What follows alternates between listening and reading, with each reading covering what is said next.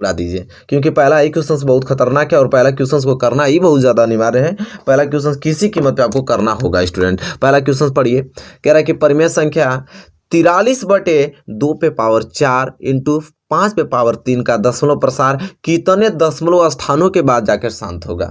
बहुत ही ज़्यादा most important ये क्वेश्चन है। इस क्वेश्चन को किस प्रकार करना है स्टूडेंट, चलिए मैं आपको बताता हूँ, ठीक है। स्टेप बाय स्टेप बताने की कोशिश करूँगा और सारे क्वेश्चन को आपको करने हैं। परिमेय संख्या कितना दे रखा है, 43/2 × 4 × 5/3 का दशमलव प्रसार कितने दशमलव स्थानों के बाद जाकर क्या होगा, शांत होगा। चलिए अब हम लोग इसमें किस प्रकार लगाते हो मैं आपको बताता हूँ। देखिए सिंपल, 43 ऊपर दिया है, 43 हम ऊपर लिख देते हैं, ठीक है। अब देखिए ये दे दिया 2/4 इंटू 5/3। अच्छा स्टूडेंट आप बताइए, यहाँ पे 2/4 दिया, यहाँ पे अगर 5/4 हमको बनाना होता, सपोज डेटा मानिए कि 5 अगर हमको 4 बनाना होता है तो हमें 5/3 में क्या एक्सपेरिमेंट करना होता। अगर 5/3 को हमें 5/4 बनाना होता है तो 5/3 में हमें क्या एक्सपेरिमेंट करना होता है। तो सिंपल हम क्या करते हैं कि 5/1 का हम इसमें गुणा कर देते हैं, इसलिए गुणा करते हैं क्योंकि फार्मूला बन जाता हमारा a/m गुणे a/n। ये फार्मूला कहता है कि आधार दोनों अगर सेम है तो घातें जुड़ जाती है, मतलब a/m + n हो जाती हैं। तो ये क्या हो जाएगा, 5/3 गुणे 5/1, आधार दोनों सेम है तो हो जाएगा 5 और 3 और 1 क्या हो जाएगा 4। तो स्टूडेंट आप हमको बताइए कि 5/3 था और 5/4 बनाने के लिए हमें किसका गुणा करना पड़ा है, 5/1 का गुणा करना पड़ा है। तो अगर इसका गुणा नीचे कर रहे हैं तो ऊपर भी करना अनिवार्य है आप लोगों को, ठीक है स्टूडेंट। चलिए अब आपको ऊपर हो जाएगा कितना, 43 और 5/1 का वैल्यू क्या होता है, 5 होता है, और ये पे हो जाएगा क्या हो जाएगा 2/4 और यहाँ से 5/3 इंटू 5/1 क्या हो जाएगा 5/4 हो जाएगा स्टूडेंट, ठीक है। अब करना आपको यह है कि 5 × 15, 5 × 20 और एक कितना हो जाएगा, एक कैसे हो जाएगा 215 ऊपर और नीचे कितना हो जाएगा। अब देखिए यहाँ हो जाएगा 2/4 इंटू 5/4। अब ये फार्मूला बन गया क्या कि a/m गुणे b/m, ठीक है।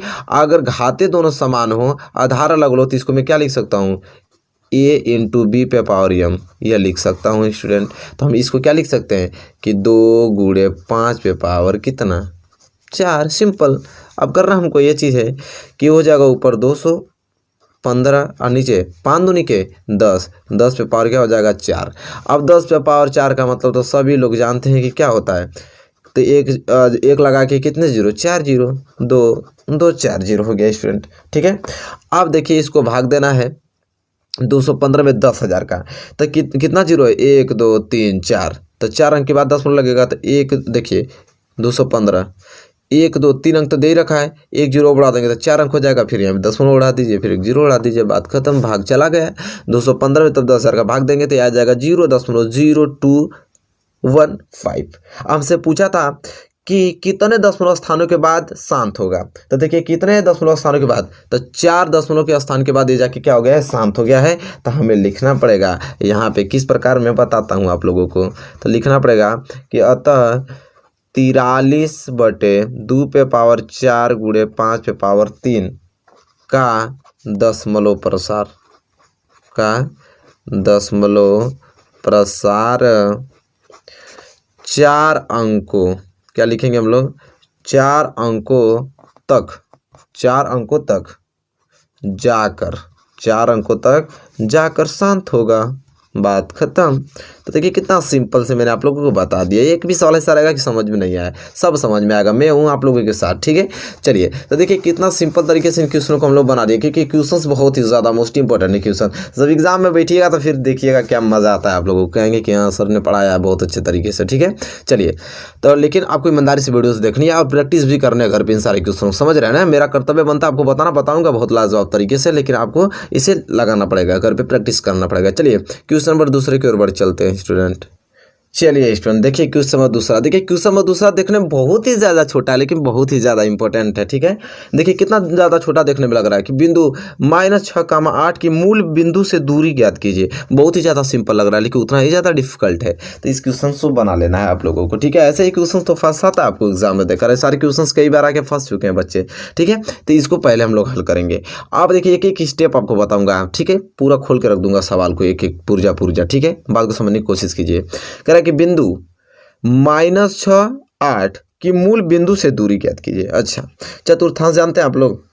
देखिए चतुर्थांश, इसे यक्स डैश बोलते हैं, इसे वाई डैश बोलते हैं। अब बिंदु हमको दे रखा है -6 और 8। अच्छा देखिए इसके आगे माइनस है तो माइनस रहेगा, इसके आगे कुछ नहीं तो प्लस छिपा है। अच्छा आप बताइए कि माइनस और प्लस किस चतुर्थांश में होता है? तो माइनस और प्लस आपका द्वितीय चतुर्थांश में होता है, क्योंकि पहले यक्स लिखा जाता है, क्योंकि इधर आपका क्या होता है माइनस माइनस में और इधर क्या होता है प्लस प्लस में। ऊपर जाते हैं तो प्लस प्लस में और नीचे आते हैं तो माइनस माइनस में। तो पहले हम लोग क्या लिखते हैं, भुज लिखते हैं, इसके बाद कोटि लिखते हैं। अब भुज को हम कहते हैं यक्स और कोटि कहते हैं वाई। तो पहले यक्स आएगा तो यक्स आपके इधर माइनस में है, फिर वाई आएगा तो वाई प्लस में। तो माइनस प्लस किस में आ गया, हम लोग जानेंगे कि दूसरे चतुर्थांश में। ठीक है, अब हमको ये मालूम चल गया, यहाँ पे एक बार और बना लेता हूँ तक समझ जाए आप लोग।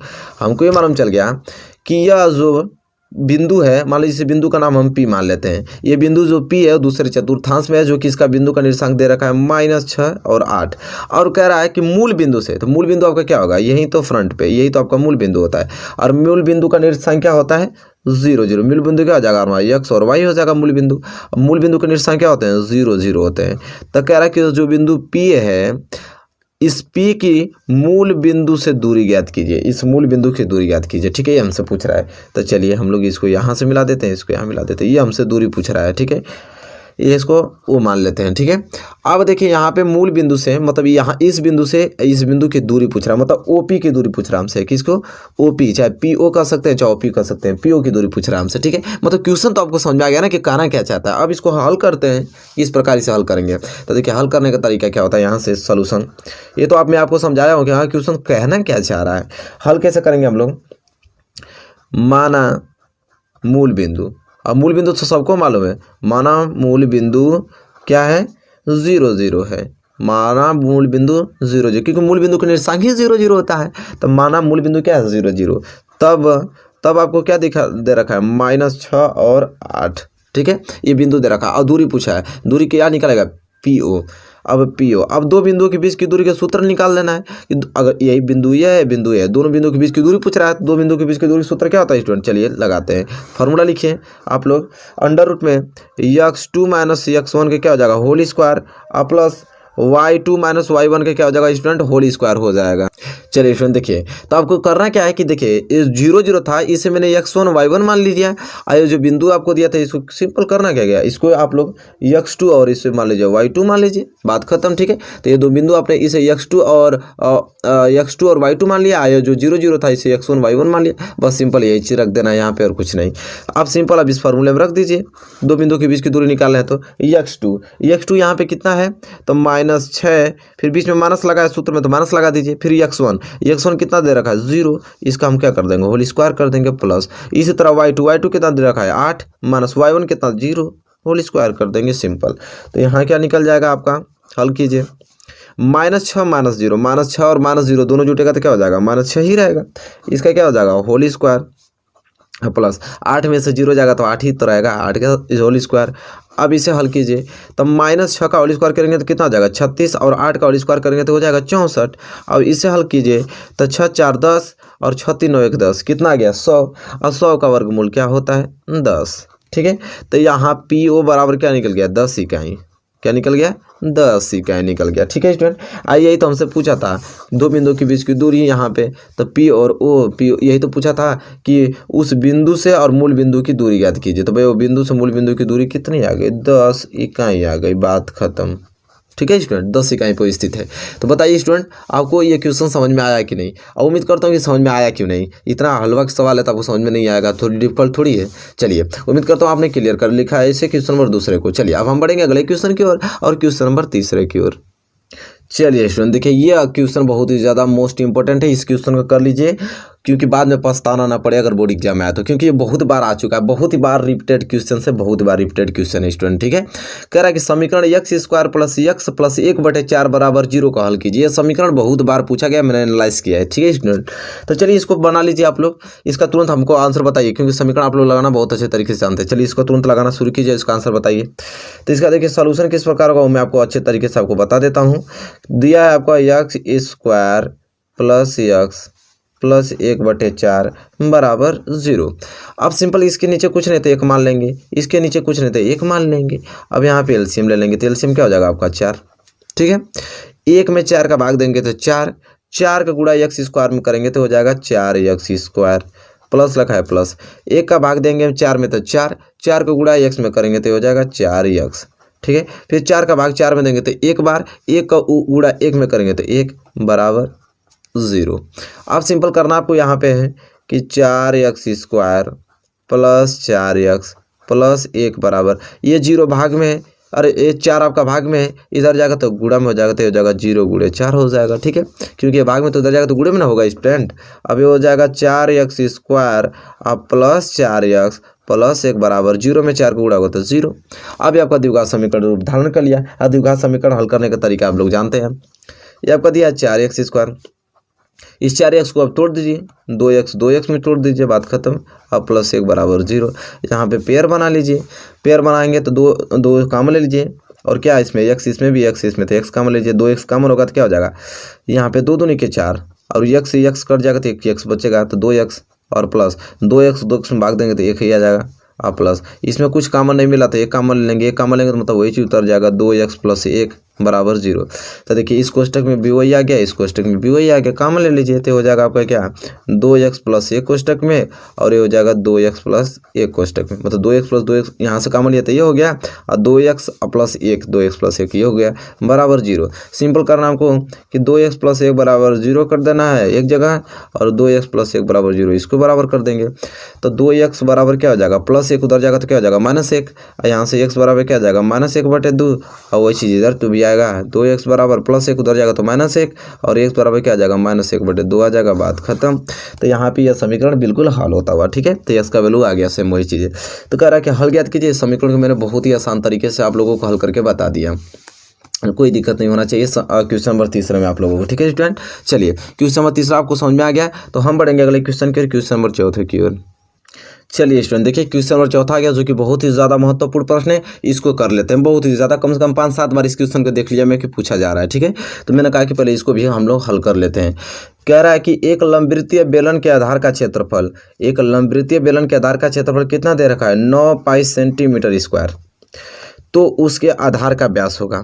देखिए बात को समझने की कोशिश कीजिए। लंबवृत्तीय बेलन, ठीक है, यहाँ बना लेते हैं लंबवृत्तीय बेलन, बन गया लंबवृत्तीय बेलन। कह रहा है कि लंबवृत्तीय बेलन के आधार का क्षेत्रफल, लंबवृत्तीय बेलन का आधार क्या होगा हमारा, यही होगा। अब इस आधार का क्षेत्रफल हमको दे रखा है क्या, 9 पाई। ठीक है, अब 9 पाई दे रखा है लंबवृत्तीय बेलन के आधार का क्षेत्रफल। अब बात समझिए, इसे हल करते समय किस प्रकार हल करेंगे, पहले बात को समझिए। पहले जो दे रखा पहले उसको एक लाइन लिख लेते हैं। हमको दे रखा है कि लंबवृत्तीय बेलन के आधार का क्षेत्रफल, लंबवृत्तीय बेलन के आधार का क्षेत्रफल हमको क्या दे रखा है स्टूडेंट, 9 पाई दे रखा है। क्या दे रखा है, 9 पाई दे रखा है।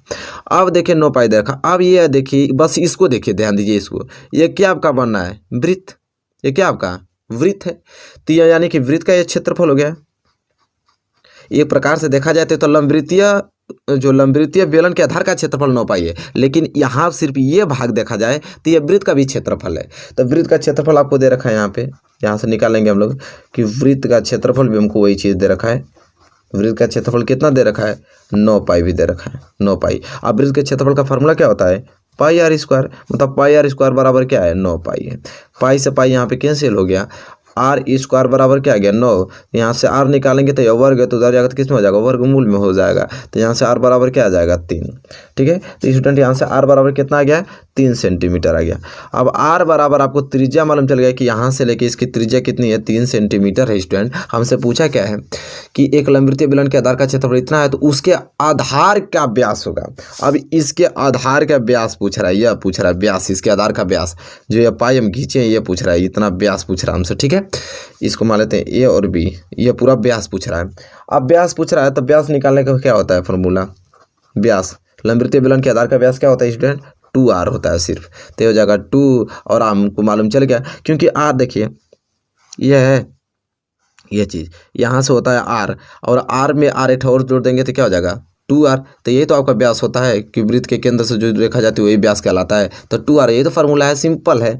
r निकल गया 3, 3 दूनी के 6 सेंटीमीटर, मतलब उसका क्या निकल गया व्यास 6 सेंटीमीटर निकल गया। बहुत ही ज़्यादा सिंपल है स्टूडेंट, समझने की कोशिश कीजिए, समझ में आ गया होगा, बहुत बड़ी बात थोड़ी है। चलिए एक क्वेश्चन नंबर क्या था, चौथा। क्वेश्चन नंबर चौथा को आपने बहुत अच्छे तरीके से लगा लिया स्टूडेंट, कोई दिक्कत नहीं आप लोगों को क्वेश्चन नंबर चौथे में। अब हम बढ़ेंगे अगले क्वेश्चन की ओर, क्वेश्चन नंबर 5वें की ओर स्टूडेंट। चलिए स्टूडेंट ये क्वेश्चन सबसे ज़्यादा मोस्ट आईएमपी प्रश्न है स्टूडेंट, मोस्ट आईएमपी प्रश्न। इस प्रश्न को किसी कीमत पे आपको करना होगा। ठीक है, बहुत ही ज़्यादा महत्वपूर्ण प्रश्न आ गया आपकी स्क्रीन पे, क्वेश्चन नंबर 5वां।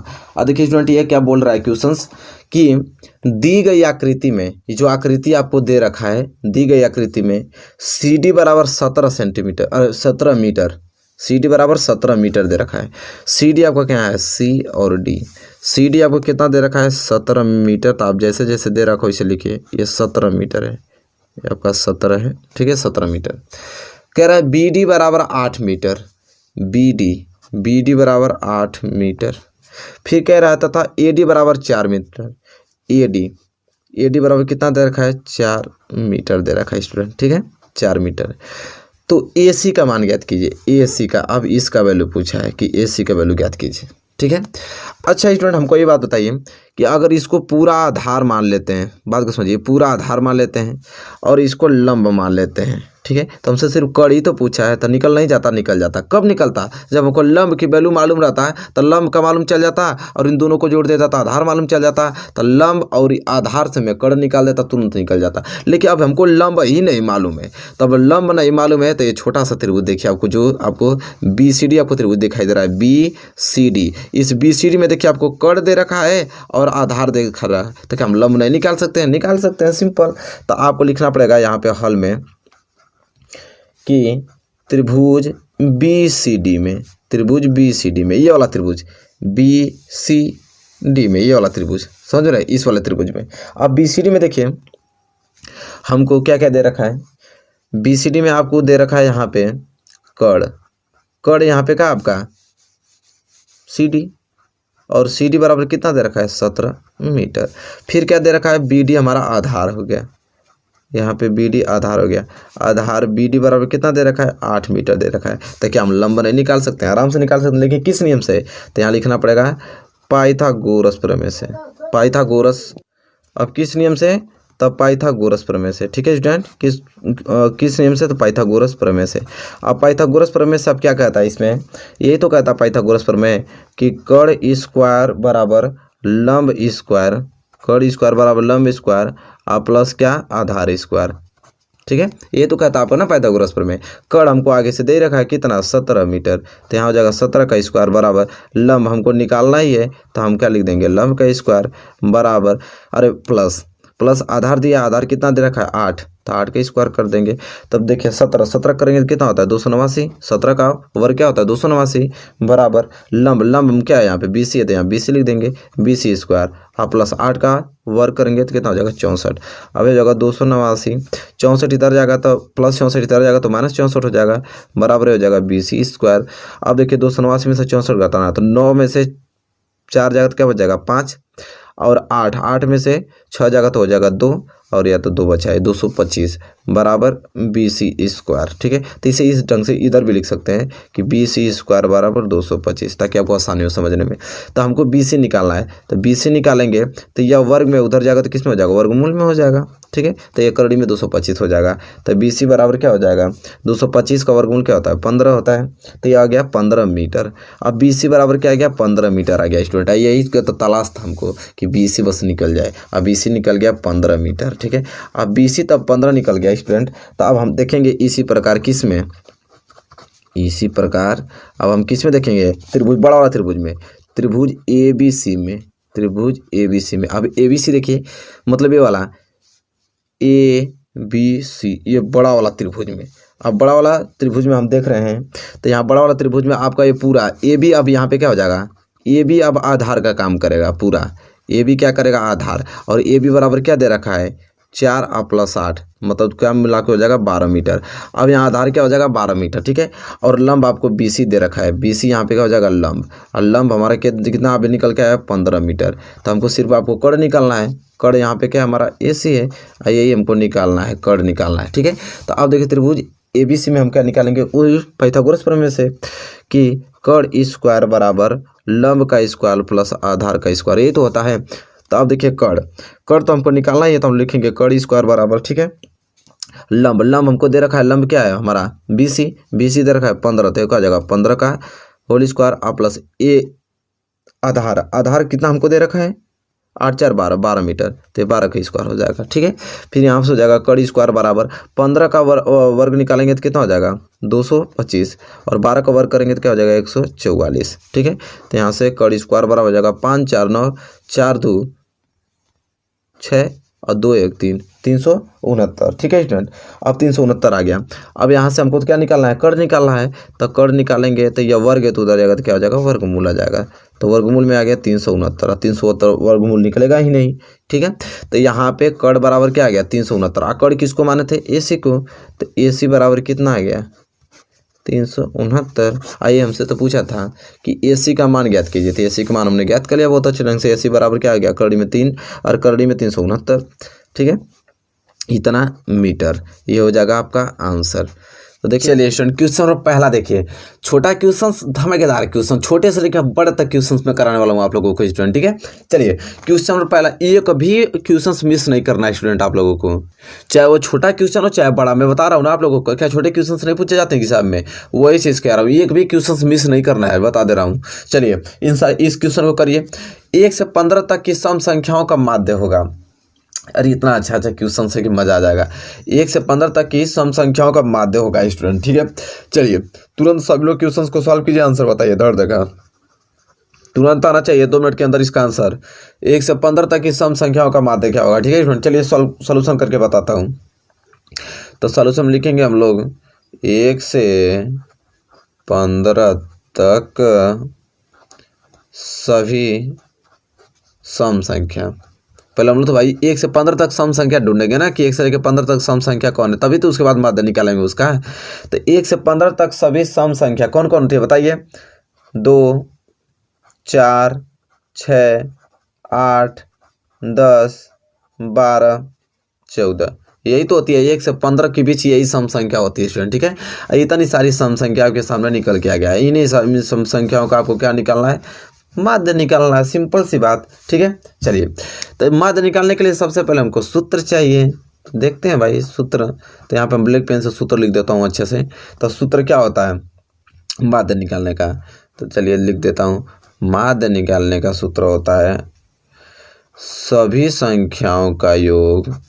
ठीक है, देखिए यहाँ माध्य निकालने का फॉर्मूला क्या होता है, सूत्र सभी संख्याओं का योग बटे में कुल संख्या, ये आपका क्या है माध्य निकालने का फार्मूला। ठीक है स्टूडेंट, चलिए सूत्र क्या होता है माध्य निकालने का, सभी संख्याओं का योग बटे में कुल संख्या।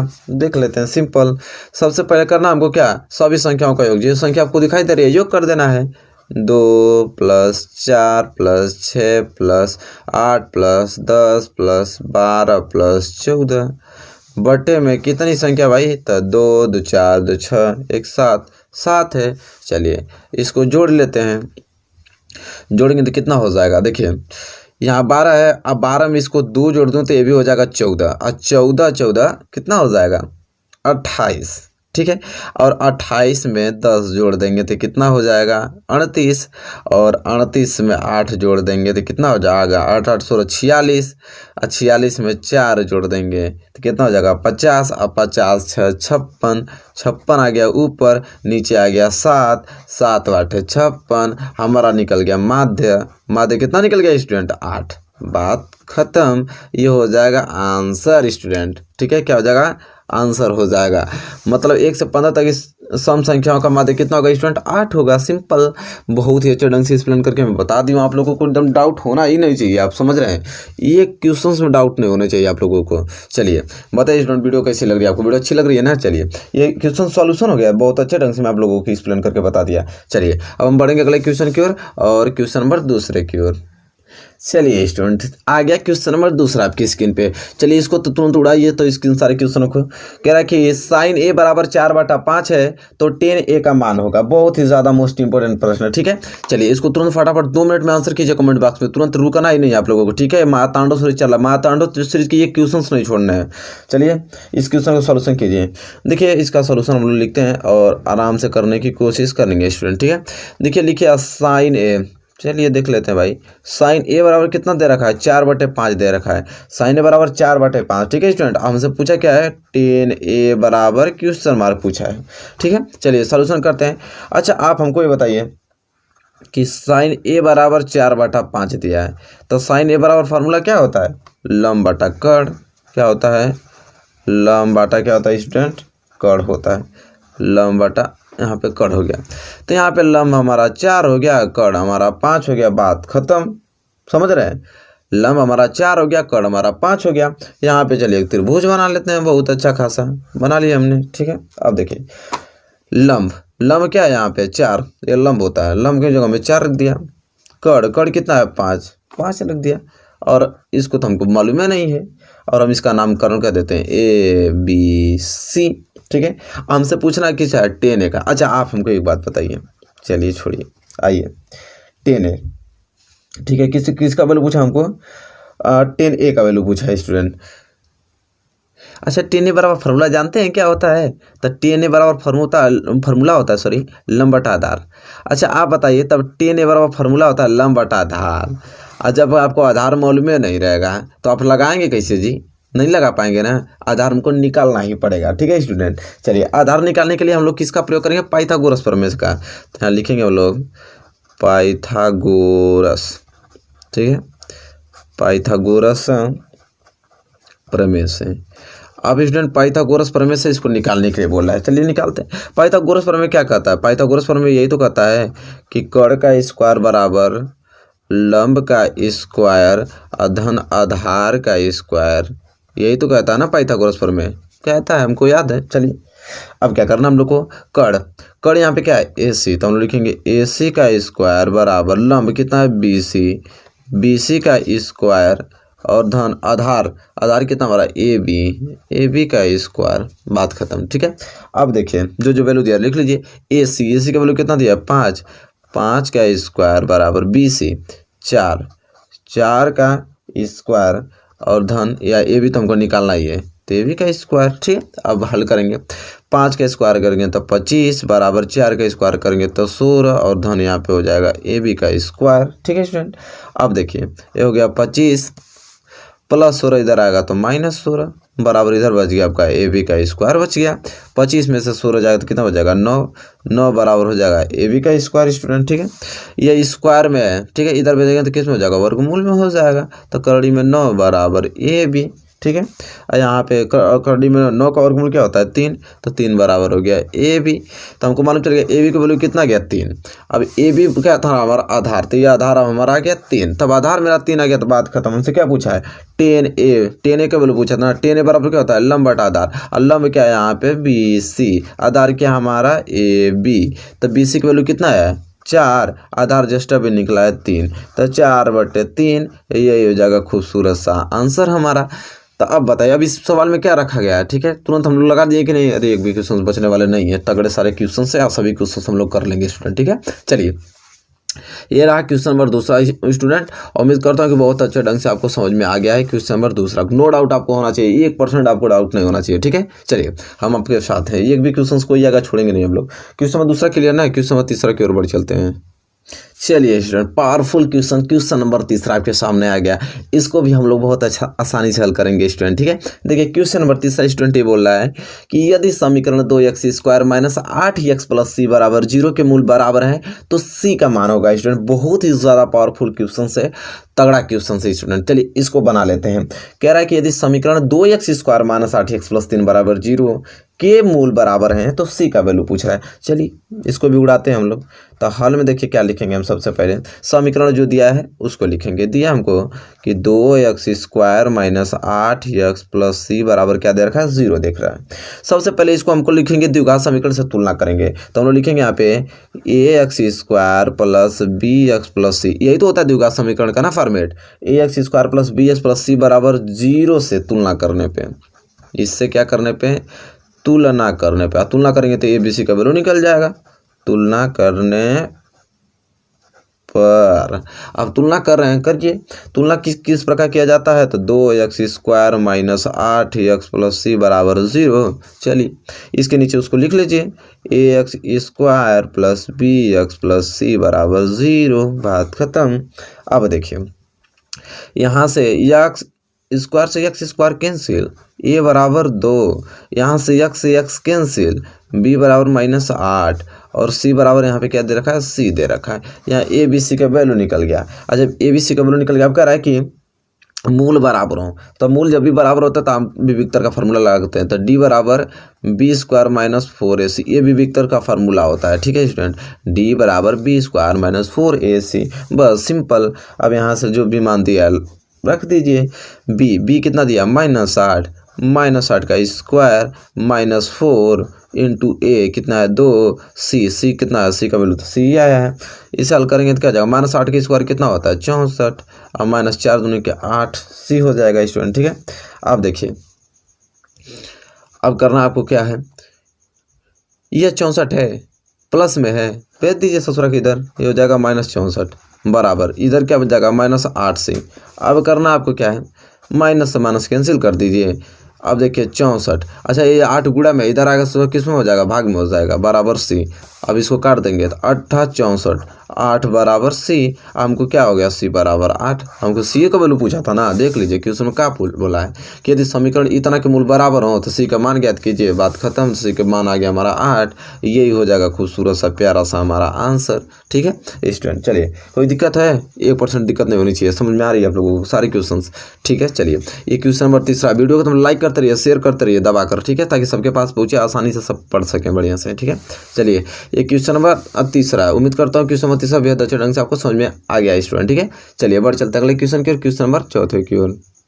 चलिए स्टूडेंट देखिए, तो क्वेश्चन नंबर आ गया पाँचवा आपकी स्क्रीन पर, जो कि बहुत ही ज़्यादा महत्वपूर्ण प्रश्न है स्टूडेंट। ठीक है, चलिए क्वेश्चन नंबर पाँचवा कर ले, अरे क्वेश्चन नंबर चौथा है ना ससुरा, क्वेश्चन नंबर चौथा है। ठीक है, चलिए क्वेश्चन नंबर चौथा क्या है, अब इसको कर लेते हैं। इस थोड़ा मच्छर उच्छर सब आ जा रहे हैं। क्वेश्चन चौथा जो बहुत मोस्ट इंपोर्टेंट इश्यू, आप इसको ध्यान दीजिए, बहुत ही ज़्यादा महत्वपूर्ण प्रश्न है, इसको किसी कीमत पे करके जाना आप लोगों को। ठीक है, कह रहा है कि चित्र में, चित्र कहाँ है भैया, इकाना चित्र है, चित्र में त्रिभुज ए बी सी त्रिभुज दे रखा है। त्रिभुज ए बी सी के आधार बी सी के समांतर रेखाखंड यह पी क्यू खींचा गया है। त्रिभुज आपको ए बी सी दिया है, ए बी सी त्रिभुज में जो ये बी सी आपका आधार है, इसी के समांतर एक रेखाखंड पी क्यू खींचा गया है। यदि इस पी क्यू और बी सी का अनुपात दे रखा है 1:3, तो ए पी मतलब ए वाला ए पी और बी पी इसका अनुपात पूछा है, ए पी और बी पी का अनुपात पूछा है। ठीक है, चलिए बहुत ही ज़्यादा मोस्ट इंपोर्टेंट है, इसको बना लेते हैं।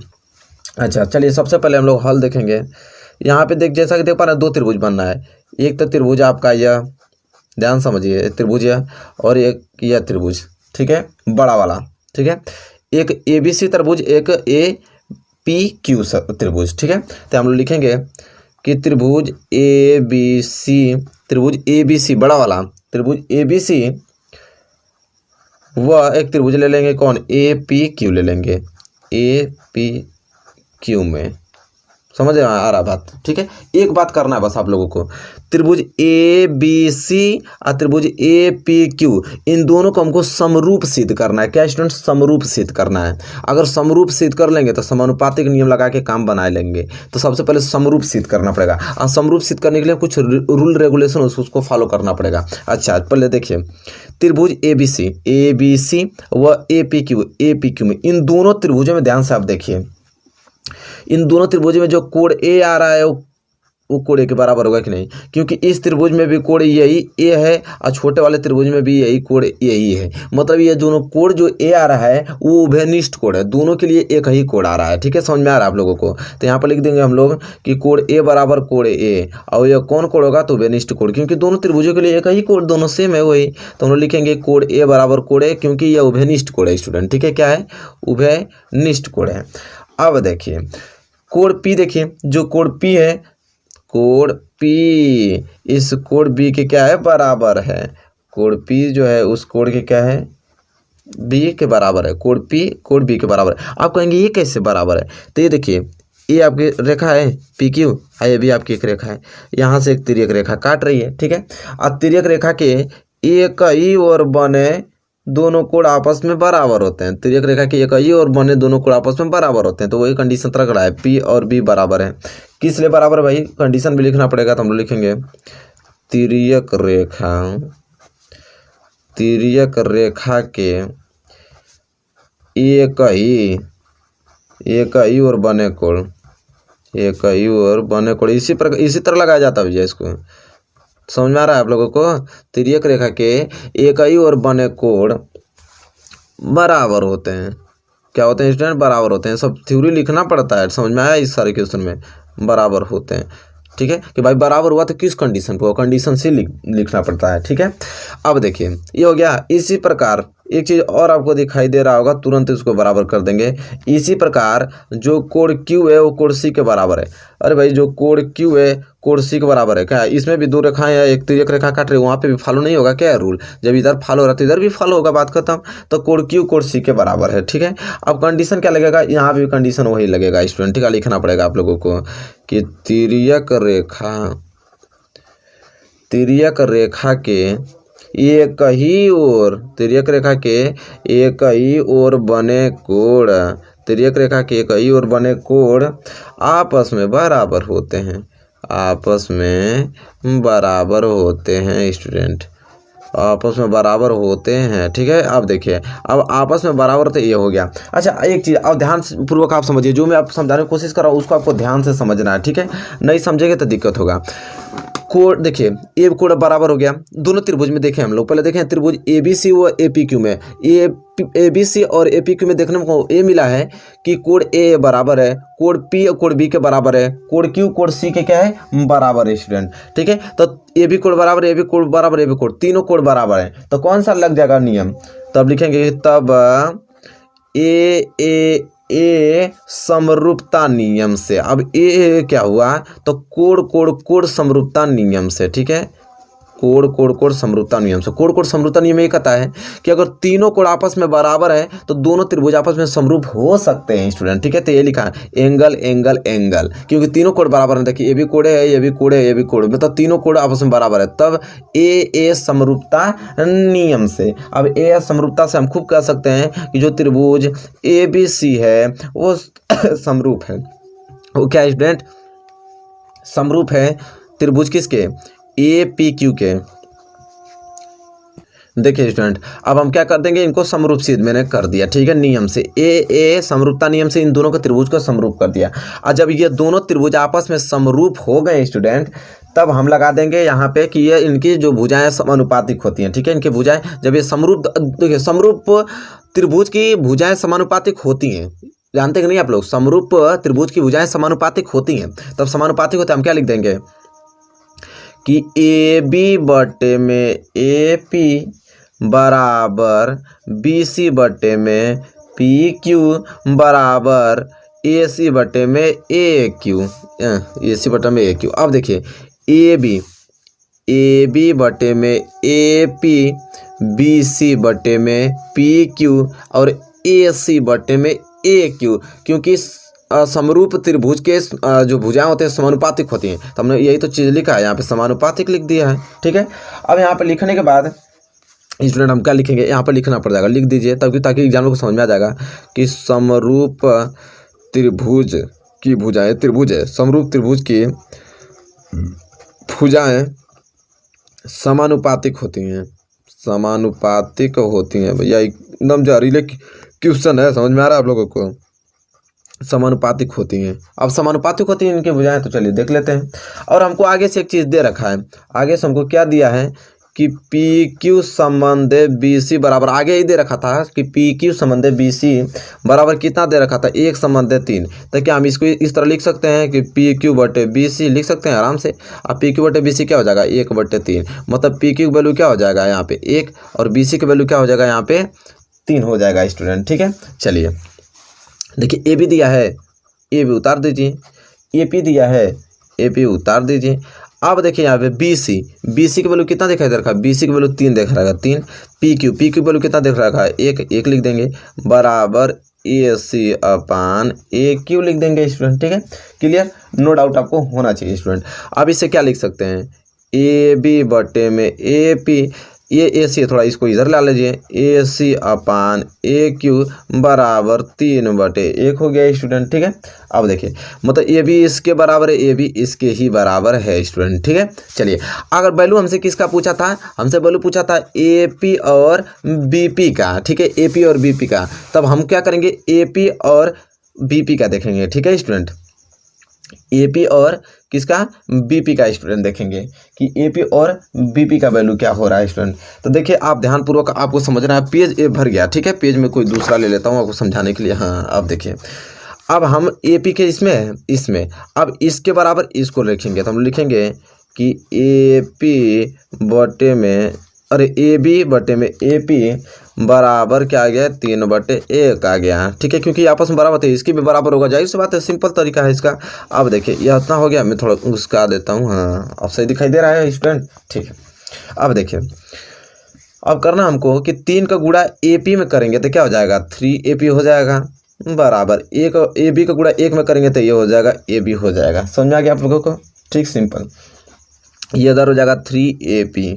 ठीक है, बराबर ए बी। अच्छा स्टूडेंट, ए बी को हम क्या लिख सकते हैं, समझ में आ रहा है कि ए बी को क्या लिख सकते हैं। अब भाई इस स्लिप को, यहाँ पे स्लिप हो गया, स्लिप को देखिए, ए बी, आप ही बताइए, ए बी को हम क्या लिख सकते हैं, ए बी के स्टूडेंट हम क्या लिख सकते हैं, A P plus B P लिख सकते हैं कि नहीं। पूरा टोटल ए बी को हम ए पी अधन बी पी लिख सकते हैं, आराम से लिख सकते हैं, नो डाउट। तो ए बी को हम क्या लिख दूंगा, यहाँ पे देख लूँ, ए पी अधन बी पी लिख सकता हूँ, ए बी को लिख सकता हूँ नहीं, आराम से लिख सकता हूँ, नो डाउट आपको होना चाहिए। ठीक है, चलिए तो इधर क्या हो जाएगा, 3AP।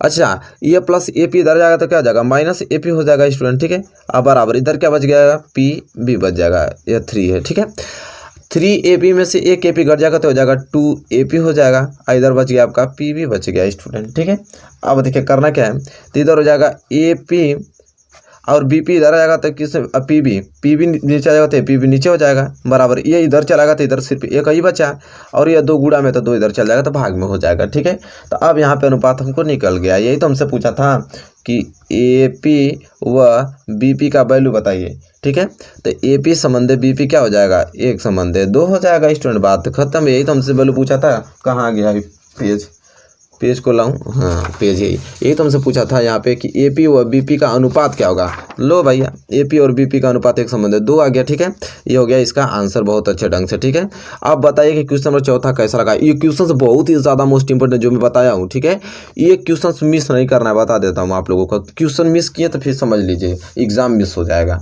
ये सारे क्वेश्चन महातांडों के जबरदस्त क्वेश्चन कराया जा रहा है जो एग्जाम में आएंगे। ठीक है, चलिए क्वेश्चन नंबर 4 क्लियर हो गया स्टूडेंट, नो डाउट आपको है। क्वेश्चन नंबर 5 की ओर बढ़ चलते हैं स्टूडेंट। चलिए स्टूडेंट देखिए, तगड़ा एकदम आ गया क्वेश्चन नंबर 5 आपकी स्क्रीन पे।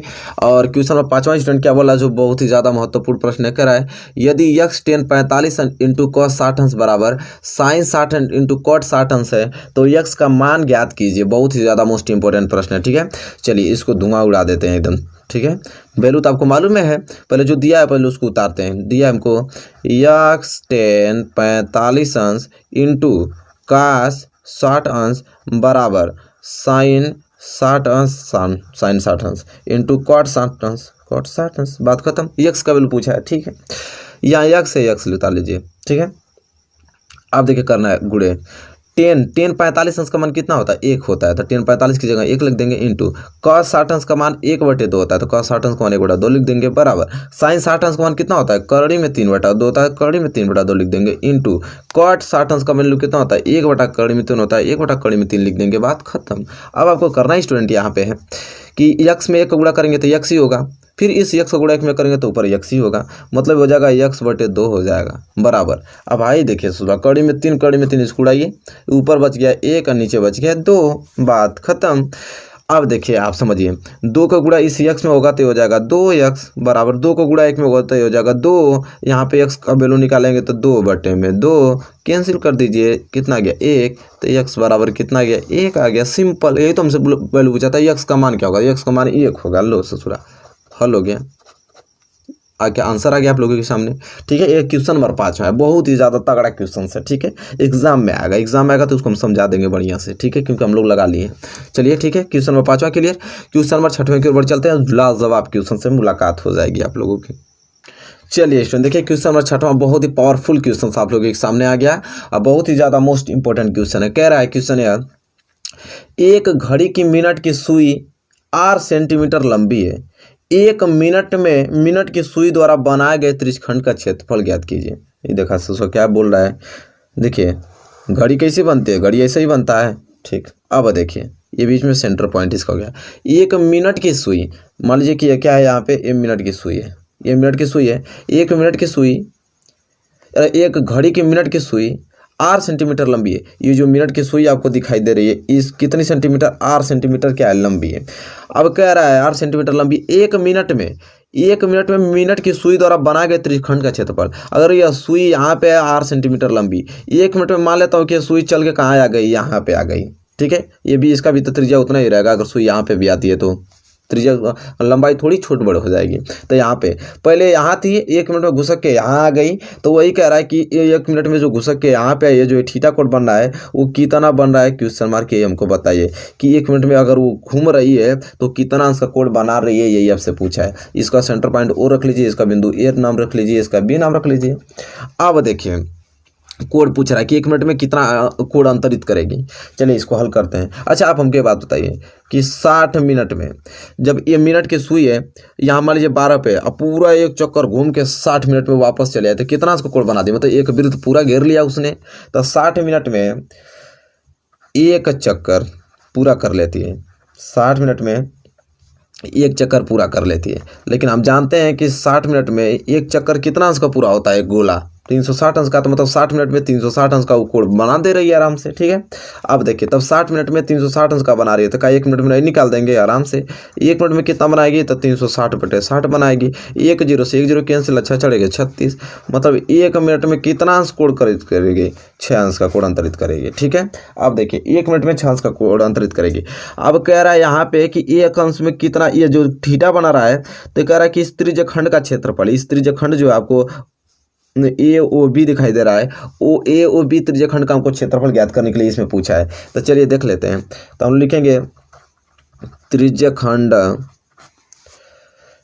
किसका, ए ओ बी का क्षेत्रफल, त्रिज्यखंड ए ओ बी का क्षेत्रफल, ठीक है। अब देखिए पहले त्रिज्यखंड ए ओ बी का क्षेत्रफल हमको निकालना है, लेकिन अब हम जानते हैं एक चीज़ कि त्रिज्यखंड का क्षेत्रफल का सूत्र क्या होता है, आप लोगों को मालूम है तभी तो लिखाएंगे, ठीक है। तो त्रिज्यखंड सूत्र द्वारा, अब त्रिज्यखंड का सूत्र क्या होता है स्टूडेंट, यह होता है θ/360 πr², यह होता है आपका क्या, त्रिज्यखंड का सूत्र। हमको निकालना है त्रिज्यखंड ए ओ बी का क्षेत्रफल, तो यही फार्मूला लिख दिए कि θ/360 और πr²। तो चलिए लगाते हैं, तो थीटा का वैल्यू कितना निकल गया यहाँ पे 6 अंश, तो हम लोग क्या लिख देंगे 6 अंश बटे 360 πr²। अब इसको हल करना था, हल कीजिए, 6 कम 6, अच्छा चढ़ेगा 36, ऊपर πr² का गुणा 1 में होगा तो हो जाएगा ऊपर πr² और नीचे बच गया 60। तो अब देखिए 1 मिनट में वो जो कोण 1 मिनट में जितना वो चला है उनके बीच त्रिज्यखंड पूछा था ना, तो 1 मिनट मान लीजिए चला है यहाँ पे, तो ए ओ बी त्रिज्यखंड हमको निकालना था और ए ओ बी ये ओ बी त्रिज्यखंड का क्षेत्रफल कितना निकल गया, पाई आर स्क्वायर बटे में 60 निकल गया। ये हो जाएगा खूबसूरत सा इसका आंसर हो जाएगा। ठीक है स्टूडेंट, तो देखिए बहुत ही ज़्यादा लाजवाब और मोस्ट इंपोर्टेंट क्वेश्चन था। बहुत ही आसान तरीके से हमने इसको क्या किया, आपको बता दिया। एक भी क्वेश्चन में आपको डाउट नहीं रखना है स्टूडेंट। ठीक है, चलिए ये क्वेश्चन नंबर 6वां था। तो स्टूडेंट इस वीडियो में बस इतना रखते हैं क्वेश्चन, क्योंकि आपको प्रैक्टिस भी करना है और सारे सब्जेक्ट को ना देखते हुए चलना है। चलिए तो बताइए स्टूडेंट आपको वीडियो कैसी लगी। अब तक 6 सवाल मैंने बताया, बहुत ही लाजवाब सवाल क्वेश्चन से एक भी क्वेश्चन छोड़ के आपको नहीं जाना है, सारे क्वेश्चन करके जाना है स्टूडेंट। ठीक है, चलिए अगर वीडियो आपको अच्छी लगे तो प्लीज़ आपको क्या कर देना है, इसको लाइक तो 1000 लाइक तक पहुंचा दीजिए। ठीक है स्टूडेंट, 1000 लाइक तक। अब वीडियो को क्या कर देना है, आपको शेयर करना है स्टूडेंट। ठीक है, सभी वीडियोज़ को आपको शेयर करना है और कमेंट करके बताइए कि आपको वीडियो कैसी लगी। तब तक के लिए दोस्तों धन्यवाद, मिलेंगे आपसे नेक्स्ट वीडियो में।